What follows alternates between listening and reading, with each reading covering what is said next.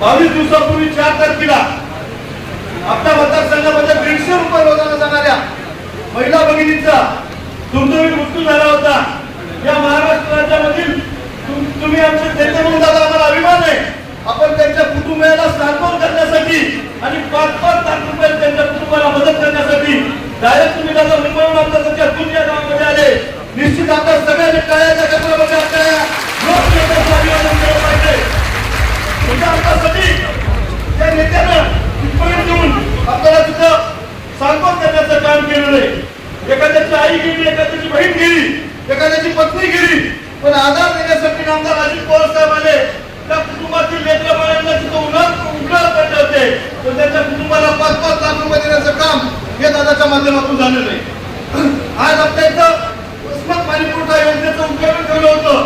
जवळपास 1 लाख लोकसंख्या असलेलं तुमचं आमचं शहर आणि दादांनी 156 कोटी रुपयाची योजना या वसमत शहरातील लोकांच्या पिण्याच्या पाण्याची तहान भागवण्यासाठी केलेलं आहे।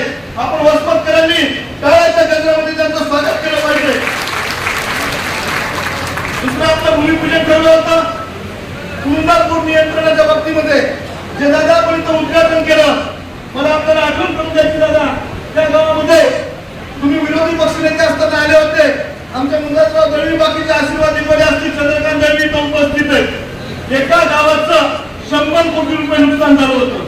जे तरुण भाऊ उद्योगामध्ये शिरले होते, ज्यांना वर्षभर तिथं घाम घालून हळद पिकली होती आणि त्याच्या घरादारामध्ये पाणी शिरलं होतं। जवळपास 100 कोटी रुपये नुकसान एका गावाचं झालं होतं। 20,000 लोकसंख्येचं गाव हे पाण्याखाली गेलं होतं, पण दादाने आता त्या गावाची आतापर्यंत 4 वेळेस अशी अवस्था झालेली आहे।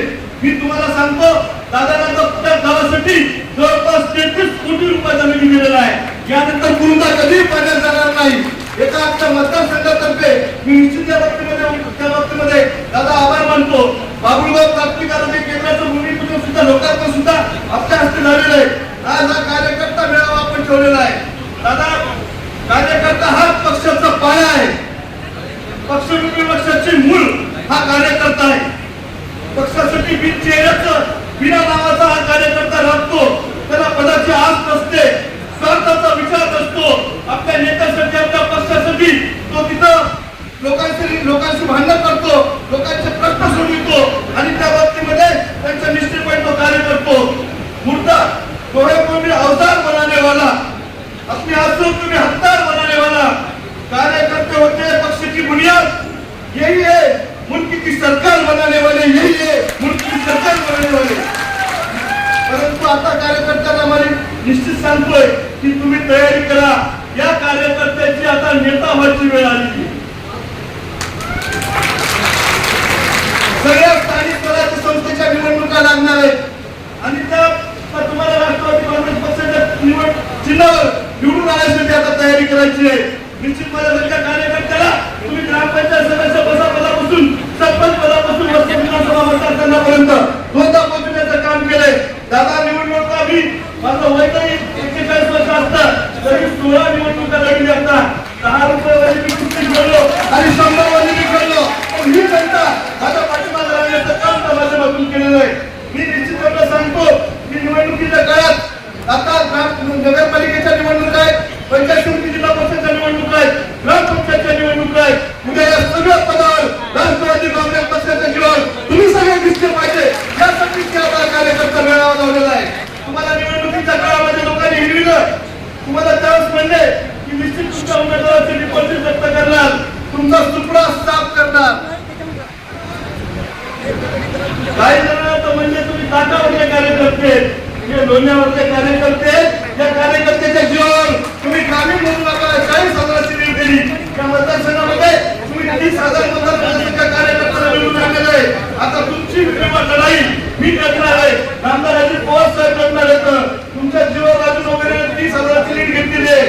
जिंदगी में जो होना था वो हो चुका, जिंदगी में जो होना था वो हो चुका, अब वही होगा जो हम चाहेंगे, जो हम चाहेंगे। दादा आपण इथं आलात, आपण महाराष्ट्राचे उपमुख्यमंत्री आहेत। निश्चित या सगळ्या कार्यकर्त्यांनी खूप मोठी तयारी केली होती। 10,000 लोकांना बसायची व्यवस्था केली होती। पाऊस पडला, वारं आलं आणि त्यामध्ये आपल्या सगळ्या स्क्रीन असतील तिथली सगळी व्यवस्था कोलमडून पडली। काही लोकांना बाहेर थांबावं लागलं, तरी सुद्धा मी आपली सगळ्यांची माफी मागतो. पण या दादा या मतदारसंघामध्ये सुद्धा लोक आपल्याकडे आशेने बघतायत. आम्ही कार्यकर्ते म्हणून आमच्याकडे, नेते म्हणून आम्ही, आमदार म्हणून आमच्याकडे याच्यामुळे बघतायत. आज आपण बघत असाल की या मतदारसंघामधला विकासाची आवश्यकता आहे. मागच्या काळामध्ये आपण जो निर्णय घेतला त्या निर्णयाला आम्ही सुद्धा तिथं साथ देण्याचं काम केलं. या मतदारसंघातील लोकांना आम्ही विचारलं आपण कोणासोबत जायचं, तर या मतदारसंघातून एकच आवाज आला, एकच वादा. आज आपण तुम्हाला सुद्धा या स्वतःसाठी काही मागणार नाही. काही मंडळी वेगवेगळ्या तिथं मागण्या करतील, पण मी लोकांसाठी मागणारा, जनतेसाठी काम करणारा कार्यकर्ता आहे. या मतदारसंघामध्ये सगळ्यात महत्वाचं म्हणजे आपल्याला सिंचनाच्या बाबतीमध्ये माझं काम करायचं आहे. मी आपल्याला विनंती करतो, आपण मुंबईत गेल्यानंतर माझ्या मतदारसंघाची बैठक लावावी. माझा जिल्हा हा नाव उद्योग जिल्ह्याच्या यादीमध्ये येतो. हा आपण कलंक पुसून टाकण्यासाठी काम करावं. हा जिल्हा सिंचनाच्या अनुशेषामध्ये येतो. हा कलंक आम्हाला तुम्हाला पुसून करायचा आहे. एज्युकेशनल बॅकवर्डमध्ये आम्ही येतो, पण मागच्या काळात आपण मेडिकल कॉलेज मंजूर करून देण्याचं काम केलं. मी आपल्याला विनंती करतो दादा, आमच्या विभागामधील आंबा, शिंदे पांढरा, शिरड शहापूर, गुर्जर आणि खांडेगावचा काही भाग असेल, या विभागामध्ये सिद्धेश्वर उपसा सिंचन योजना जर झाली तर या विभागातील सामान्य माणसाचं जनजीवन हे निश्चित त्याचं सुधारायचं काम करेल. त्यांच्या जीवनामध्ये सुद्धा निश्चित 4 दिवस सुखाचे येतील. दुसऱ्या आमच्या एकदा केळी पाझर तलावाच्या बाबतीमध्ये आम्हाला मागणी करायची आहे. या केळी पाझर तलावाच्या माध्यमातून ही सगळ्यात तरुण शेतकरी आहेत. आम्हाला अनुदानाची गरज नाही. आम्ही कष्ट करणारे माणसं आहेत. आमचा शेतकरी या मतदारसंघातला कष्ट करणारा आहे. आमचा कार्यकर्ता सुद्धा मुंबईत फिरणारा नाही. सगळ्यात जर कमी लोक भेटत असतील मतदारसंघाचे, ते कुठेही मुंबई पुण्याला फिरत नाही दादा. ते कष्ट करतात आणि निवडणूक लागली वगैरेची की स्वतःच्या खर्चाने लोक सगळे काम करतात. याच्यासाठी आपल्याला काम पाहिजे. म्हणून आम्हाला केळी पाझर तलाव आणि सिद्धेश्वर उपसा सिंचन योजना की जेणेकरून या शेतकऱ्याच्या जीवनामध्ये सुद्धा 4 दिवस सुखाचे आले पाहिजे. यासाठी आपल्याला काम करायचंय. आमच्या इथं हळदीची मार्केट कमिटी बाजार हा महाराष्ट्रात 1 नंबरला आहे. या विभागातील शेतकरी अत्यंत कष्ट करणारे शेतकरी आहेत. जिल्ह्यामध्ये आपण बघित असताल की याच्यासाठी आम्हाला कृषी उत्पन्न बाजार समितीसाठी आम्ही कृषी विभागाची जागा मागितलेली आहे. आम्हाला सुद्धा पहिला मोठा हा कमी पडत आहे. त्यामुळे निश्चित आपले कृषी मंत्री कोकाटे साहेबांना आपण तिथं आदेश देऊन त्या संदर्भात सुद्धा आपण तिथं आमची मागणी पूर्ण करसाल. आज आमच्या विभागामध्ये केळीसारखं खूप मोठं पीक घेतलं जातं, पण या केळी टिकविण्यासाठी आणि एक्सपोर्ट करण्यासाठी कोल्ड स्टोरेजची अत्यंत आवश्यकता आहे. निश्चित या शेतकऱ्यांसाठी आपण त्या बाबतीमध्ये काम करतात. आपल्या इथं तालुका कृषी अधिकारी कार्यालय असेल, माझ्या हक्काचं बसच्या बाबतीमध्ये असेल, रस्त्याचे प्रश्न असतील, या सगळ्या प्रश्न सोडवण्यासाठी निश्चित आपण तिथं खूप मोठ्या प्रमाणावर या मतदारसंघामध्ये निधी देसाल ही अपेक्षा व्यक्त करतो. सारणा प्राथमिक आरोग्य केंद्र असेल, या बाबतीमध्ये जवळपास हा ग्रामीण मतदारसंघ आहे. 80% ग्रामीण भाग आणि फक्त हे वसमत शहर आहे. त्यामुळे मी दादा आपल्याला विनंती करतोय की हा जिल्हा, हा तालुका, हा मतदारसंघ आणि माझा हिंगोली जिल्हा लहान असेल त्याच्यामध्ये आमचा दोष नाही. हे 3 मतदारसंघ आहेत, पण आम्ही तुम्हाला शब्द देतो दादा, पक्षाचं कार्य कुठेही कमी पडणार नाही. यावेळेस जिल्हा परिषद सुद्धा ही राष्ट्रवादी काँग्रेसची असेल, नगरपालिका सुद्धा राष्ट्रवादी काँग्रेस पक्षाची असेल.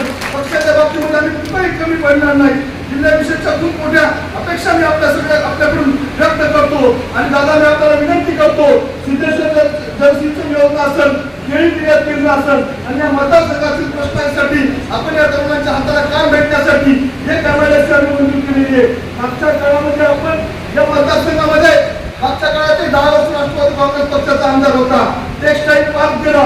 आम्हाला वाटलं की तरी कुठेतरी शेतकऱ्याचे पूर्ण लागतील. सुटकिरणी असेल, या सगळ्या तिथं तुम्ही दिलेले उद्योग बंद पाडलेले, पण आम्ही उद्योग चालविणारे लोक आहे. निश्चित पुढच्या काळामध्ये MIDCच्या माध्यमातून असू द्या आणि त्या सगळ्या बाबतीमध्ये आम्ही काम करायला तयार आहे. सदस्य नोकरीच्या बाबतीमध्ये मराठवाड्यामध्ये 1 नंबरला आम्ही आहे. जवळपास 35,000 जमा झालेले आहेत. या मतदार तालुक्यामध्ये 35,000 सदस्य झालेले. अजून आम्हाला 8 दिवसाचा वेळ आहे. त्यामुळे या जिल्ह्यामध्ये आम्ही मराठवाड्यामध्ये सगळ्यात जास्त सदस्य नोंदणी करण्याचं काम सुद्धा या सगळ्या कार्यकर्त्याच्या जीवावर करणार आहे. निश्चित या जिल्ह्यातील सगळ्या प्रश्नाच्या बाबतीमध्ये आपण लक्ष देसाल ही अपेक्षा मी बाळगतो. इथं थांबतो. जय हिंद.